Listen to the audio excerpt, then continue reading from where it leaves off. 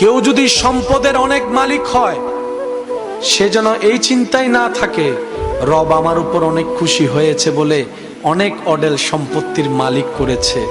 কারো সম্পত্তি না থাকলে সে যেন এই চিন্তায় না থাকে আমার রব বুঝি আমার উপর নারাজ, তাই এক বেলার খাবার আনতে আরেক বেলার খাবার ফুরিয়ে যাচ্ছে।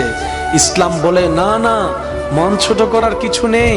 রব্বুল আলামিনের হিকমতই এমন, কাউকে দিয়ে পরীক্ষা করে, কারো থেকে নিয়ে পরীক্ষা করে, কাউকে দিয়ে পরীক্ষা করে, কারো থেকে নিয়ে পরীক্ষা করে, কাউকে সন্তান দিয়ে পরীক্ষায় ফেলে রেখেছে, কারো থেকে সন্তান নিয়ে পরীক্ষায় ফেলে রেখেছে, কাউকে সম্পদ না দিয়ে পরীক্ষার রাস্তায় রেখেছে, কাউকে অডেল সম্পত্তি দিয়ে মহা পরীক্ষার মধ্যে ফেলে রেখেছে।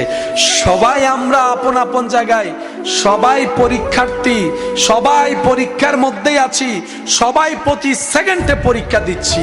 মাদ্রাসা স্কুলের পরীক্ষা বছরে 3টা অথবা 2টা ডেট, মাস, তারিখ ফাইনাল করে দিয়ে বলে দেওয়া হয় এত তারিখ থেকে এত তারিখের মধ্যে পরীক্ষা হবে, এইবারে এই তারিখে এই পরীক্ষা। আর দুনিয়ার আল্লাহর বান্দাদের জন্য 24টা ঘন্টার প্রত্যেকটা সেকেন্ডেই পরীক্ষা, প্রত্যেকটা সেকেন্ডেই পরীক্ষা, প্রত্যেকটা সেকেন্ডের মধ্যে পরীক্ষা নেওয়া হচ্ছে এক একজনকে এক একভাবে। এই দুনিয়া হচ্ছে পরীক্ষার জায়গা, আমরা সবাই পরীক্ষার্থী। রেজাল্ট বের হবে হাসরের ময়দানে রবের দরবার।